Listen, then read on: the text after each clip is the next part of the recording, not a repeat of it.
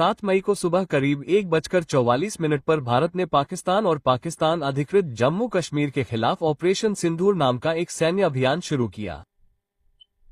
ये हमला 22 अप्रैल को हुए पहलगाम आतंकी हमले का सीधा जवाब था, जिसमें 25 भारतीय नागरिक खासकर हिंदू और एक नेपाली पर्यटक सहित 26 नागरिकों की मौत हो गई थी।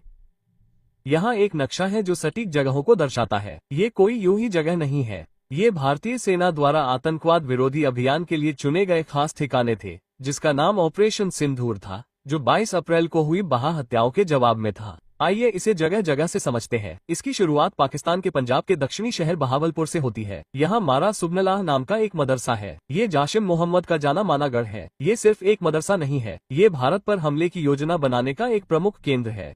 इसके बाद लाहौर के पास मुरीतक है, जो लश्कर तैयबा के कुख्यात मुख्यालय मार्कस तैयबा का घर है।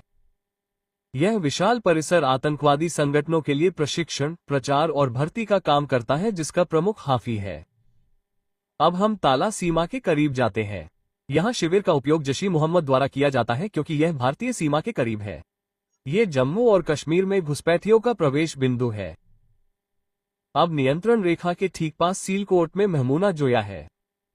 ये स्थान हिजबुल मुजाहिदीन से जुड़ा है, जो कश्मीर घाटी में सक्रिय एक आतंकवादी संगठन है। अब बनला में उत्तर की ओर बढ़ते हुए मस्जिद अली हदीद नामक एक मुस्लिम धार्मिक स्थल है। यह वो स्थान है जहां कट्टरता और भर्ती के लिए विशेष रूप से हिजबुल आत्मघाती दस्तों की भर्ती और उन्हें प्रेरित किया जाता है।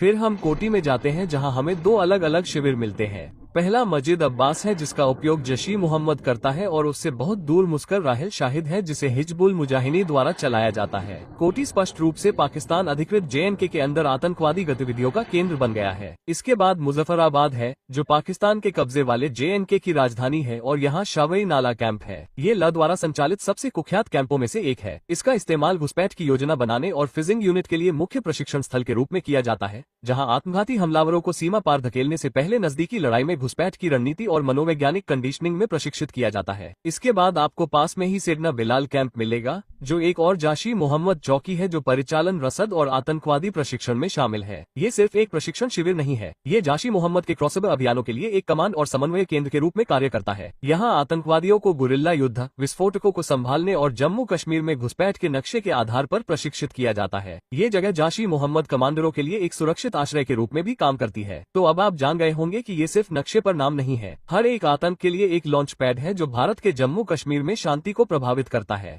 पूरा ऑपरेशन लगभग 23 मिनट तक चला। ये बढ़ता ही जाएगा, यह अंत नहीं है। और मैंने पालम वीडियो में पहले भी कहा है, चीन पर्दे के पीछे से पाकिस्तान का भरपूर समर्थन कर रहा है। साथ ही हम सभी जानते हैं कि तुर्की ने पाकिस्तान के लिए मजबूत समर्थन व्यक्त किया है। 1 साल पहले जब तुर्की विनाशकारी भूकंप से जूझ रहा था और मानवीय संकट का सामना कर रहा था, तो भारत उसके साथ खड़ा था। ऑपरेशन डॉस शुरू किया गया और भारत ने प्रभावित लोगों को खिलाने के लिए दवाइयों, बचाव दल और यहाँ तक कि चावल सहित कई राहत सामग्री भेजी।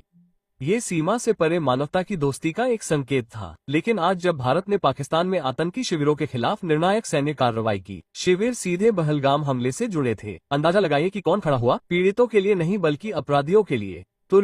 तुर्की के सैन्य विमान कुछ दिन पहले ही पाकिस्तान में उतरे थे, और अब उनकी नौसेना कराची बंदरगाह पर है, जिससे ये स्पष्ट हो गया है कि उनकी वफादारी कहाँ है। भारत को हर स्थिति में अच्छे व्यक्ति की छवि को बचाने की जरूरत नहीं है, हमेशा शांतिदूत या मानवता की आवाज की भूमिका निभाने की। देश के लिए उस छवि से ऊपर उठने और वैश्विक मंच पर अपनी क्षमता से अधिक प्रदर्शन करने का समय आ गया है। दुनिया शब्दों को नहीं, ताकत को सुनती है। अगर टेबल पर बात करनी है तो टेबल पर बंदूक रखने के लिए भी तैयार रहना होगा।